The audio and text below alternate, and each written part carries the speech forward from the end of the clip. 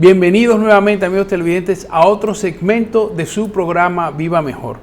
Y este segmento de entrevistas tenemos de nuevo con nosotros el honor de que esté en nuestro programa el doctor Ángel Rodríguez. Él es pediatra intensivista. Y queremos comenzar la serie de programas con él porque, este tema que les traemos hoy es sumamente interesante. ¿Por qué? Porque últimamente, con los años, ha ido tomando mucha importancia en la comunidad.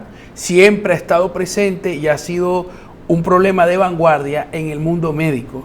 Pero la comunidad no estaba muy preocupada por el tema de los virus respiratorios. Y hoy el doctor Ángel, que es un experto en el tema, nos viene a transmitir sus conocimientos de este tema que es tan controversial. ¿Por qué es controversial? Porque la gente tiene muchas dudas. Todo el mundo cree que es un problema muy sencillo, que se resuelve fácilmente, que no deja secuelas, que no hace falta llevar a los niños al médico cuando tienen lo que llamamos una gripecita, ¿verdad? Que no es un término bien usado, pero es el término general que se utiliza. Y hoy vamos a aclarar varias dudas sobre este tema con el doctor Ángel Rodríguez. Ángel, bienvenido. Gracias, Miguel, gracias. El honor sigue siendo mío, en realidad, que me vuelvan a invitar para acá, para su programa. Y bueno, es cierto lo que tú estás comentando acerca de esas dudas que le genera a las personas, mucha información acerca de lo que puede ser en realidad un cuadro gripal o lo que se conoce también como un resfriado. Hay que tratar de definir términos porque desde el punto de vista inclusive semántico es diferente lo que es un cuadro gripal o una gripe, ¿okay?, a un resfriado. Entonces, a veces los tomamos como algo que puede ser muy sencillo, pero que en la edad pediátrica tiene sus variantes. Las variantes van a depender de cuál es el virus implicado, cuál es la etiología base, para poder entonces más adelante hacer un seguimiento de los pacientes, porque no todos los virus son influenza, ni todos los virus son coronavirus. Fíjate que es interesante eso que dices, porque en la consulta pediátrica, en la consulta de adultos también, las mamás llegan ya sin decirte a ti, hacen pruebas. No, entonces van y te dicen, doctor, aquí vengo con el examen y vengo con la prueba de influenza y está negativa, y la prueba de COVID y está negativa. Entonces, ¿qué tiene mi hijo? Porque tiene los mismos síntomas y tal. Y resulta que pueden tener muchísimos virus, ¿verdad? Sí, sí. De hecho, más del 65%, yo creo que inclusive la literatura habla de un 75% de las afecciones respiratorias son por virus.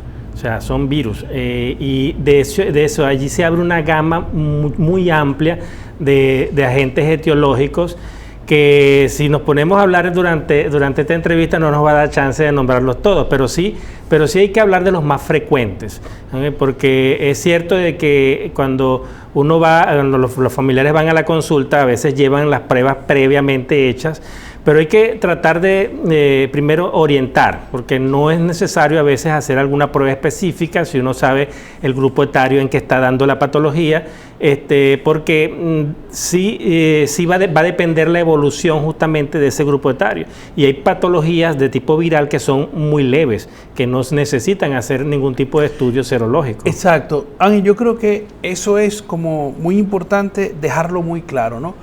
No siempre hay que hacer pruebas de descarte de virus, porque uno a veces puede saber a partir de los síntomas y signos, por eso uno estudia qué conducta terapéutica tomar sin necesidad de hacer estudio especializado, y a lo mejor uno necesita hacer otros estudios especializados y resulta que el paciente entonces pierde dinero. Sí, y gasta el seguro, y etcétera, es así. etcétera. Por ¿no? eso es que se hace indispensable orientar al paciente y que pasa que muchas veces los pacientes, ya como te digo, ellos a veces, las mamás sobre todo las que tienen mucha experiencia, tienen varios niños, ya casi tienen un título allí, por supuesto, de que se lo merecen por ser madre, por supuesto, pero que necesitan una orientación desde el punto de vista pediátrico. Fíjate que el punto de vista de las etiologías, las infecciones de tipo virales, respiratorias, se clasifican en dos tipos, las altas y las bajas. Las altas son las más comunes, el resfriado o el catarro común, ¿okay? La laringitis, la faringoamigdalitis, y las bajas, que son las más complicadas, pero que desde el punto de vista estadístico son las menos frecuentes, pero desde el punto de vista de morbilidad son las que más tienen complicaciones, son la bronquiolitis, las bronconeumonías y las neumonías. Y todas ellas puede ser de origen viral. Claro, entonces altas es porque ocurren de alguna manera desde la garganta hacia arriba. Exactamente. Y bajas porque ocurre de la garganta hacia abajo. ¿No? Es para que muchos de estos virus pueden producir patologías tanto altas como bajas, pero van a depender de la edad del paciente. Los más comunes que uno ve en consulta, lo que más llama la atención de entrada, son las patologías de tipo resfriado. La rinitis, el niño va a la consulta con un cuadro respiratorio alto, tiene moco, a nivel de conjuntivas están inflamadas, puede haber algo de tos, no necesariamente, ¿okay? Y la fiebre generalmente no es muy alta. ¿Okay? Esto es lo que se conoce como resfriado. Ojo, hay que también diferenciarlo de un término que uno lo ha utilizado durante mucho tiempo como un sinónimo de resfriado, que es gripe. ¿Okay? Pero la gripe no tiene que ver con el resfriado. La gripe en realidad se asocia directamente con la infección por influenza, que es un virus específico, que viene ya de un término inclusive que ni siquiera es un término latino, es un término que es francés, de gripe, de gancho, un gancho de fiebre que le daban a las personas y que se identificó, donde primero se identificó fue el virus de la influenza, que ahí viene el término. Por eso es que gripe, cuando hablamos de gripe, los síntomas son mucho más floridos y generalmente vienen con complicaciones respiratorias. Bueno, de hecho, su nombre no suena tanto es porque fue la última pandemia de hace un siglo. Y que se, digamos, destacó sobre las otras. Sobre las otras, exactamente. Y por eso nos ha quedado el nombre hasta ahora. Hasta el nombre de gripe. Sí, uno tiende a acuñar los nombres que más escucha.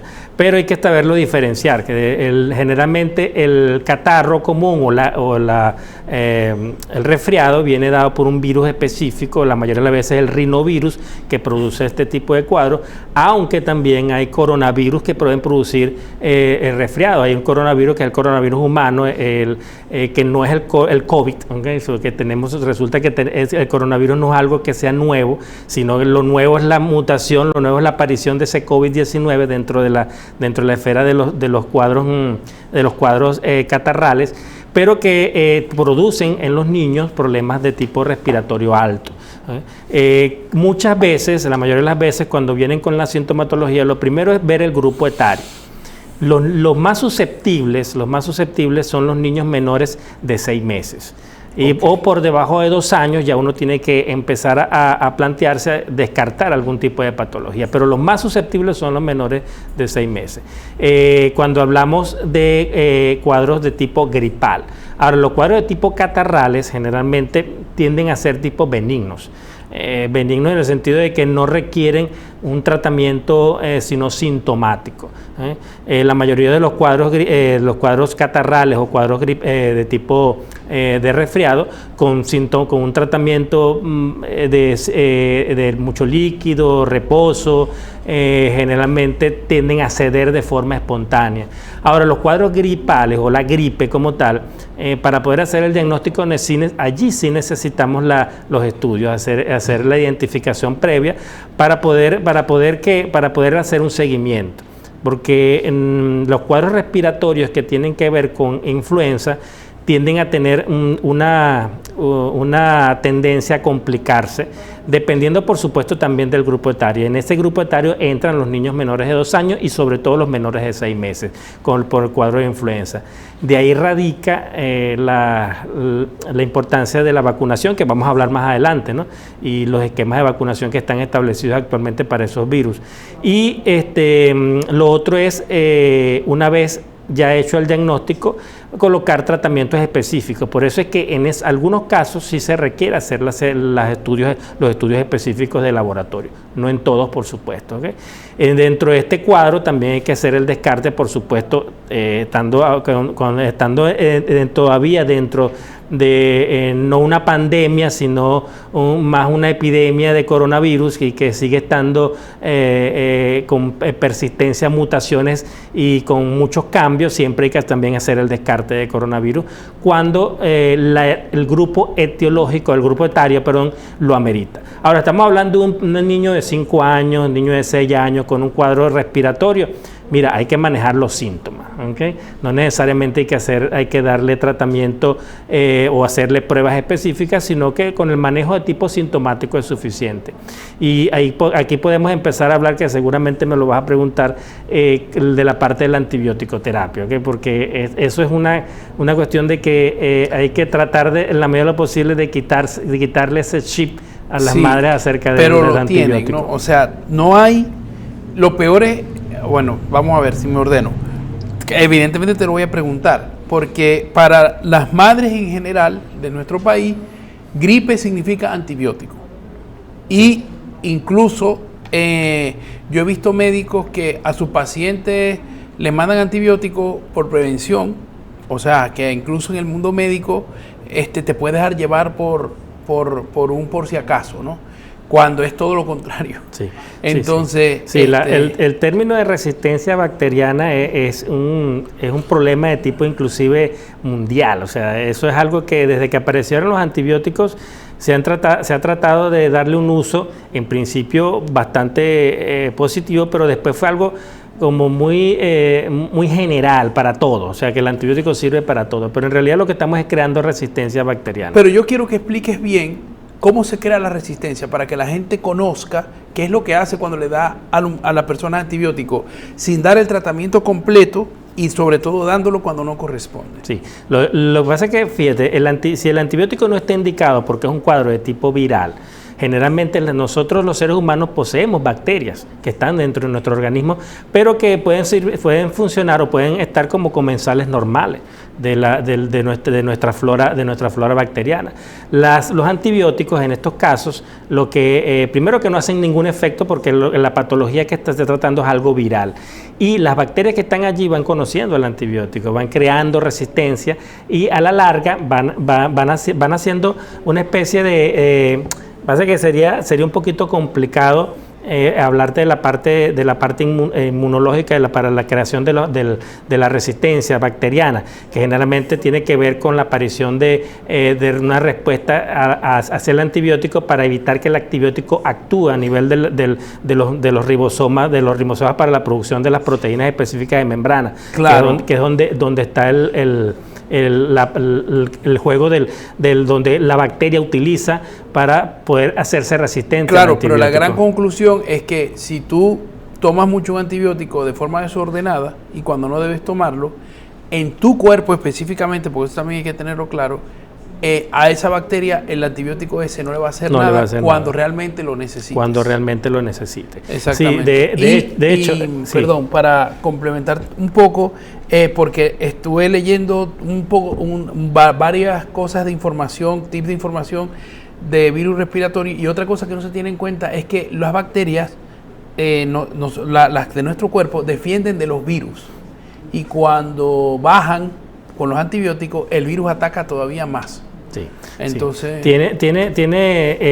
eso en realidad es algo que se está planteando, se está estudiando, pero en realidad el antibiótico tiene su razón de ser en algunos cuadros virales específicos. Excelente. ¿Okay? Sí, pero sobre todo cuando se habla de una sobreinfección bacteriana.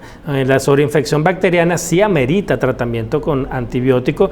Esto pasa porque los virus en general producen inmunosupresión algunos, y eso hace que las bacterias que están allí, que son comensales normales, actúen y empiezan a atacar al organismo. Entonces en esos casos están produciendo neumonías o producen bronconeumonía, entonces sí hay que dar antibióticos.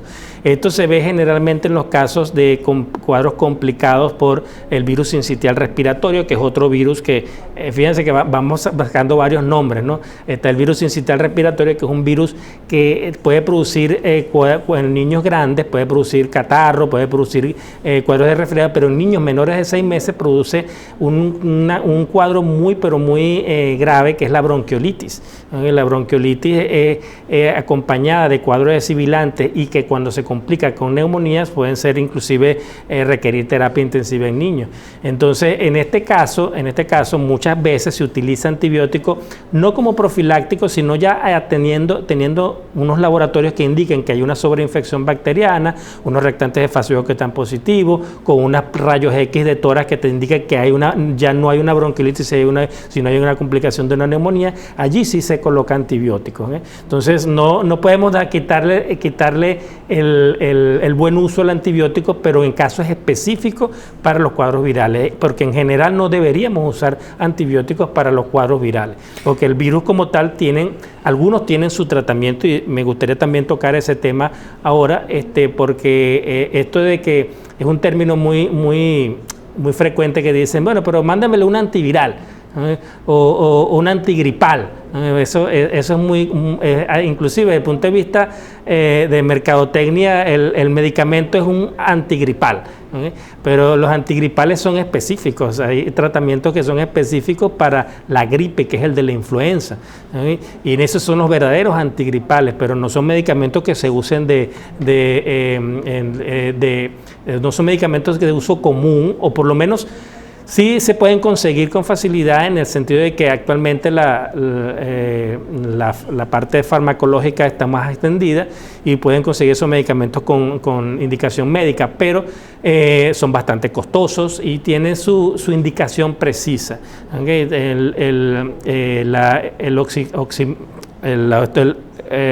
un medicamento que es el oseltamivir, que es el más común, que está indicado como ayudante en el tratamiento en los primeros 3 días de los cuadros, pero para esto tendrías que tener la indicación precisa de que sí es una influenza.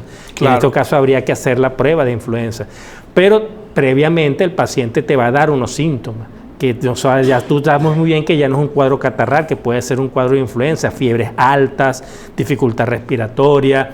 Ya aquí eso no es un cuadro catarral, no es un cuadro de resfriado, sino que ya puede haber una influenza asociada. Entonces lo ideal en esos casos, si es hacer la prueba y si sale positivo, entonces se utilizan los antigripales propiamente dichos. Claro. Ahora, ¿quién es, amigos televidentes, el que les va a decir si una serie de síntomas requieren prueba o no requieren prueba? El pediatra. O sea, ¿quién les va a decir si una serie de síntomas requiere antibiótico o no requiere antibiótico? El pediatra. Ustedes no pueden tomar por sus propios medios y empezar a probar, porque se les puede complicar los cuadros, ¿no? Sí, es que en realidad está prácticamente metido dentro de la cultura.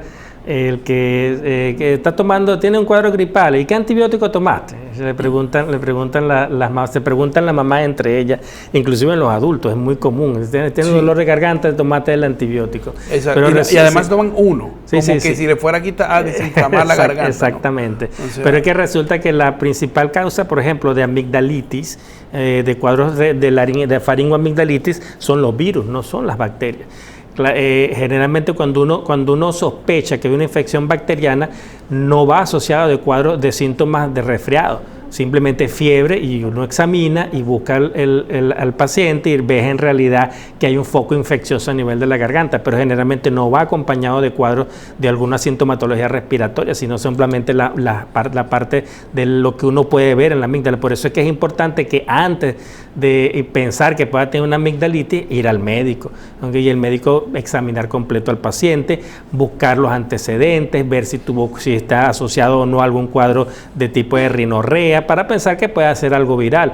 Si es viral, simplemente el tratamiento es de observación, tratamiento, como te dije, en el caso de que esté indicado, los antigripales se puede indicar, pero el resto, observación, tratamiento con líquidos, su tratamiento con su antipirético si lo requiere, y observación, más nada. En este caso no está indicado como tal los antibióticos. Excelente. Entonces, Ángel, ya hemos conocido los tipos de virus respiratorios que hay, ¿verdad? La diferencia entre lo que es un proceso gripal de un proceso respiratorio alto, ¿no? Un proceso y las complicaciones que pueden tener estos virus, ¿no? ¿Cómo podemos hacer nosotros para, por ejemplo, tú dijiste, en un niño de menos de 6 meses, estos virus son importantes, ¿verdad? Uno puede, o sea, lo que pasa es que los niños pasan por muchas cosas. Los niños no tienen defensas. ¿Cuándo tienen defensas? Sí. ¿Cómo se puede ayudar? Sí. Estamos hablando de prevención. Prevención. O sea, vamos a empezar a hablar de prevención. Quiero que hablemos de la vacunación. Exacto. Quiero que hablemos también de cómo podemos hacer, y a lo mejor la respuesta es la misma, pero para que un niño no sufra o lo ayudemos a no sufrir las consecuencias de una complicación, sino que los procesos sean naturales, porque lo que creo que no podemos evitar, y quiero que también me corrijas eso en el programa, es que los tengan. Exactamente. Entonces, porque las mamás dicen que cuál es la forma de evitar que les dé gripe, y eso es una pregunta muy complicada. No, sí, es difícil, tiene muchos factores, ¿okay? Vamos a tratar de ver cómo resumimos esto, ¿no? Porque en realidad los cuadros virales de tipo respiratorios son de muy fácil contagio, porque estamos hablando de que se pueden transmitir por vía aérea, se pueden transmitir, muchos de ellos se transmiten por contacto con la mucosa, las manos infectadas, inclusive con fómites, ¿okay? Con cosas que estén en contacto con el virus, quedan allí el virus y es muy fácil la transmisión. Entonces estamos hablando de que es muy difícil no podemos tener un niño encerrado en una burbuja de cristal, una burbuja de cristal, ¿no? Que es hasta contraproducente. Claro. Entonces, y además de eso, tenemos que tomar en cuenta las guarderías, ¿okay?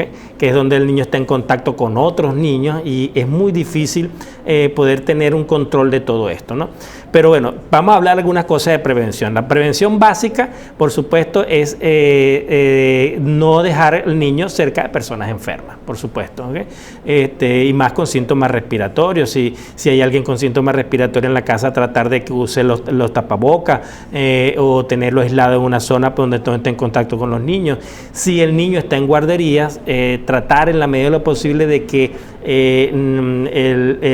hablar con las maestras y que haya sus normas en estas guarderías de que el niño que esté enfermo no puede ir a clase, independientemente que sepamos que pueda ser un cuadro catarral o un resfriado común, no debería ir a clase porque él puede ser que no le pase nada, pero pueden haber otros niños que sean susceptibles y que puedan tener complicaciones por ese simple cuadro catarral. Es decir, ¿okay? Que una gripecita para un niño puede ser una neumonía para otro. Sí, porque todo va a depender del sistema inmunológico del paciente, de la edad del niño. Acuérdate que en estas guarderías a veces hay niños de varias edades, ¿okay? Como te dije, las más susceptibles son los menores de 2 años. ¿Cómo puede haber niños que hasta 5 años, 3 años, 4 años, que sean menos susceptibles a ese tipo de virus, pero que pueden contagiar a los otros? Entonces hay que estar muy pendientes de esto, ¿no? El lavado de las manos, el manejo de los sitios donde juega el niño, mantenerlos bien limpios. Todo esto son medidas de prevención. Pero desde el punto de vista médico, lo que ayuda y que nos evita, porque siempre, por más medidas de prevención que podamos tener, siempre puede haber la infección viral, porque es muy difícil poder tomar todas las medidas de prevención. Pero están las vacunas.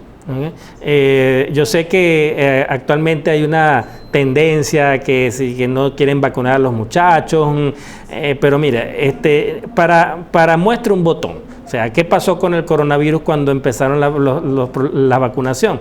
Fue mermando, ya no tiene la misma capacidad inmunológica que tenía antes, ¿okay? Esa capacidad de matar a tantas personas como lo hizo ya lo ha perdido, ¿okay? Y esto es gracias en realidad a la vacunación, ¿okay? Sí. Entonces, en este mismo ámbito, actualmente nosotros contamos desde el punto de vista médico y pediátrico con un esquema de vacunación que incluye la mayoría de estos virus que pueden producir alteraciones a nivel de los niños menores de 6 meses.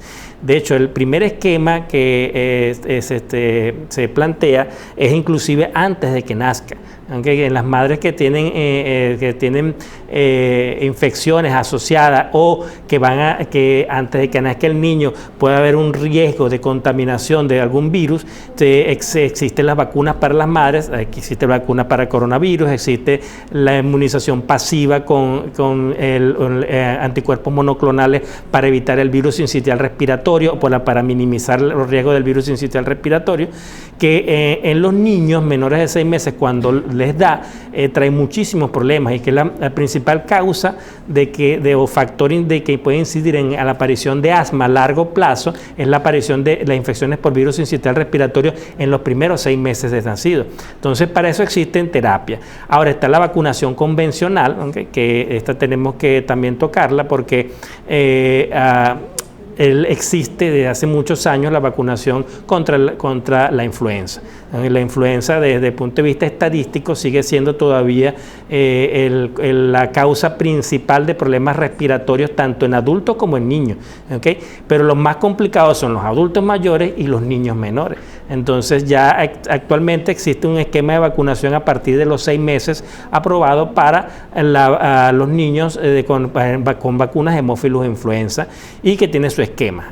No vamos a hablar de todos los esquemas, pero para que sepan que existe, y las madres tienen que estar al tanto de que es una vacunación que en principio debería hacerse anual, ¿okay? Porque este virus tiene una característica, es que él muta.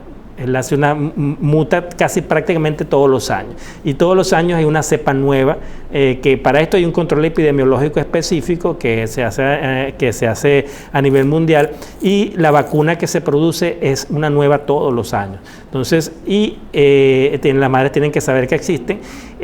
Ahora, colocársela a todos los niños sería lo ideal. Ahora, lo que sí no puede pasar, y que ya es un compromiso como tal de los padres y de los gobiernos, es colocarla de forma obligatoria y gratuita, por supuesto, a los pacientes inmunocomprometidos, a los niños que tienen problemas de cardiopatía, a los niños que tengan alguna enfermedad de base, porque ellos son más susceptibles de tener complicaciones si son infectados por el virus de influenza, ¿okay? Y para el virus sincitial respiratorio como tal no existe vacuna, existe una vacunación de tipo pasiva, que es para la aplicación de, como les comenté, anticuerpos monoclonales, que se puede dar tanto en la madre como en el niño cuando nace, que en niños prematuros, en niños con problemas de inmunodeficiencias. Se les aplica este tipo de anticuerpos monoclonales que se le dan mensualmente hasta por 5 meses para tratar de pasar ese periodo en que son más susceptibles a infecciones por virus sincitial respiratorio. Pero no es algo común, o sea, no es algo común, que se tenga que hacer. No, eso es para ese tipo de patologías. Lo que sí es común y que hay que hacerlo son la vacunación contra la influenza. Y actualmente está también en el panel todo lo que es la vacunación contra el coronavirus, que se empezó primero con los adultos, ¿okay? Ustedes tienen mucha conciencia de que eso fue así porque lo tenemos muy fresco, ¿no?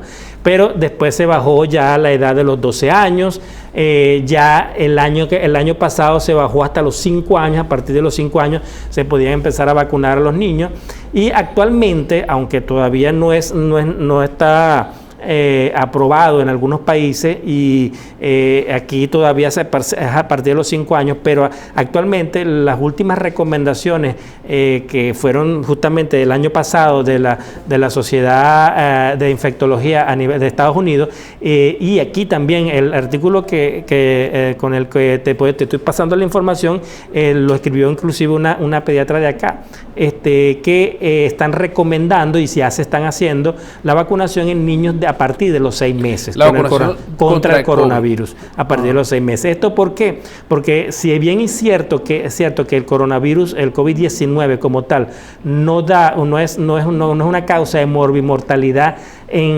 aguda en los niños, porque da más en los adultos, o da las peores complicaciones se ven en los adultos. En los niños no dejan de ser un foco de transmisión, porque tú bien lo dices, la mayoría de estas vacunas protegen contra la infección grave, más no evitan que le pueda dar el virus. Y las complicaciones que puede pasar, bueno, si el niño se complica o se toma la infección por el coronavirus y vive en una casa donde están dos abuelitos, entonces el problema va a ser con los abuelitos o con los adultos mayores que viven allí, ¿okay? Y actualmente también está en el panel de todo lo que es las complicaciones posteriores al coronavirus que se pueden ver en los niños, que son, aunque no son tan frecuentes, tienden a ser bastante, tienen una tasa de mortalidad aproximadamente de 8%, y eso en pediatría es mucho.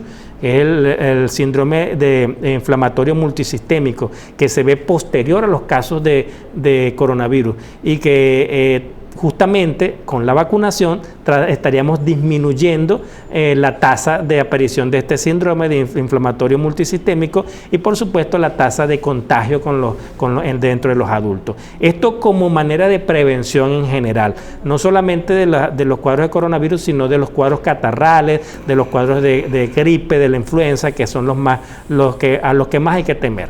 ¿Okay? Claro, entonces sí, porque los virus respiratorios, o sea, lo que la gente creo que no termina de captar, aunque en el fondo creo que todos lo saben, es que no son algo que se puede decir como eso le pasa en 2 o 3 días, no hagas nada, ¿no? Sino que hay que estar muy pendiente porque eso se pueden complicar, ¿no? Sí, entonces, se pueden complicar. Justamente allí está lo que a donde tenemos que llegar, que hay que hacer seguimiento, hay que llevarlo al pediatra. El pediatra es el que se encarga de pedir los laboratorios respectivos y hacerle seguimiento, porque a veces la consulta pediátrica no termina en esa primera consulta. En estos cuadros, generalmente, por lo menos yo con mis pacientes, cuando yo pasaba mi consulta, yo les decía que tenía que hacerme seguimiento, decirme, mira, cómo va evolucionando, porque un cuadro viral respiratorio tiene generalmente, cuando es rinovirus, que es lo más frecuente, o el mismo adenovirus o los enterovirus, que también son otros virus que pueden producir patologías respiratorias, son autolimitados. Y en 3, máximo 5 días ya han desaparecido la mayoría de los síntomas, pero cuando esto persiste en el tiempo, entonces ya podemos estar hablando de que allá puede haber alguna complicación o que haya algo bacteriano sobreagregado. Entonces en ese caso ya uno como pediatra y los pediatras, los colegas, saben que tenemos que hacer los estudios pertinentes y ver si requiere un tratamiento mucho más agresivo o hacer las pruebas específicas que haya que hacer. Claro. Entonces, sí, en general es importante porque es un tema demasiado manejado por la comunidad. Creo que los síndromes respiratorios, ¿verdad?, son algo que a todo el mundo le da una vez al año. Hay gente que no. Bueno, yo te digo una cosa, a mí no me ha dado, desde el COVID no me ha dado gripe. Yo no sé qué pasó. Pero la tasa de incidencia es más o menos esa. Generalmente en el adulto, entre 2 y 3 cuadros gripales, resfriados al año. Y en los niños también. En los niños sí. Ahora, la cuestión está en los niños, que hay que tratar de descartar en realidad si es gripe o es un resfriado como tal. Entonces, Ángel, para terminar, yo quería que nos dijeras, para que los padres estuvieran pendientes, ¿qué pueden ver en sus niños que consideren esto no es una cosa simple, es una cosa que se está complicando? Sí, generalmente los cuadros catarrales o los cuadros resfriados generalmente están ubicados en la parte superior. Hay moco, hay algo de goteo nasal, puede haber algo de tos, la fiebre generalmente es leve. ¿Okay? Ahora, cuando se asocia dificultad para respirar, ¿okay?, no es que tengo la nariz tapada, porque a veces las mamás confunden la que tiene obstrucción nasal con dificultad respiratoria. La dificultad respiratoria viene por problemas de aumento de la frecuencia respiratoria. Ellos le quitan la camisita al bebé y ve que hunden las costillitas, puede haber problemas ya establecidos de una bronquiolitis. Entonces, ya esos son síntomas que llaman más la atención. Las fiebres muy elevadas por más de 72 horas, inclusive. Entonces, en esos casos ya podemos estar hablando de que puede ser algo más que un simple cuadro de resfriado. La pérdida de apetito, prurito, otro síntoma es la aparición de lesiones en piel, que puede estar asociado con algún cuadro agresivo de algún virus, alteraciones del estado de conciencia del paciente. Son cosas que te llaman, son más llamativas y que en estos casos sí ya no se trataría de un simple cuadro de resfriado, sino que habría que tomarla en consideración y hacerlo de forma rápida, no esperar mucho tiempo. Claro, o sea, si ustedes ven que su hijo tiene fiebre alta por más de un día, si ven más de 72 horas. Sí, porque generalmente las primeras 72 horas son las clave para que el organismo combata el virus. Exacto. Generalmente cuando son virus que no son tan agresivos, ya en 72 horas han pasado la mayoría de los síntomas. O sea, que si sigue fiebre después de 3 días es grave. No hablamos que no vamos a poner el término grave, pero sí de que el médico tiene que investigar. Tiene que intervenir. Exactamente. Okay. Bueno, cuando digo grave me estoy refiriendo a cuando el médico tiene que intervenir obligatoriamente, porque las mamás y las abuelas son muy testarudas, ¿no? Tú lo sabes perfectamente, ¿no? Cuando ven que le cuesta respirar al niño y cuando ven que tiene algo como que está adormilado o que no, que es la alteración del estado de conciencia, eso es importante también para llevarlo a urgencia. Bueno, Ángel, se nos acabó el tiempo, pero creo que hemos cubierto muchísimo. Es bastante, es muy amplio. Seguramente que más adelante podremos seguir hablando de estas patologías, sobre todo de la parte de las más pequeñas, de los menores de 6 meses, que donde todavía queda mucho por hablar, porque es muy amplio. Todavía. Exactamente, y te lo agradecemos mucho. Sé que la población se ha aclarado muchas dudas hoy. Yo personalmente lo he hecho también, ¿no? Y que es distinto el trato que se le puede dar a un niño al trato que se le puede dar a un adulto, ¿no? El niño tiene más que perder, digámoslo así, sobre todo mientras más pequeño sea, más tiene que perder, ¿no? Y por eso es que no debemos tomarlo como tan a la ligera, y los adultos también se complican, pero pueden, dejar pasar quizás unos días, 2, 3 días. Al niño hay que estar muy pendiente, no hay que llevarlo al pediatra cada vez que, aunque usted lo considere como que no haría falta, pues vaya, porque quizás sí haga falta y usted no lo sepa, ¿no? Y bueno, Ángel, te esperamos de verdad en próximos programas, porque esta información es muy valiosa y estoy seguro que todos nuestros amigos televidentes han aprendido mucho y seguiremos aprendiendo contigo en Viva Mejor. Estamos a la orden. Y ustedes, amigos televidentes, no se vayan, que todavía queda más y mucho más de Viva Mejor para todos ustedes.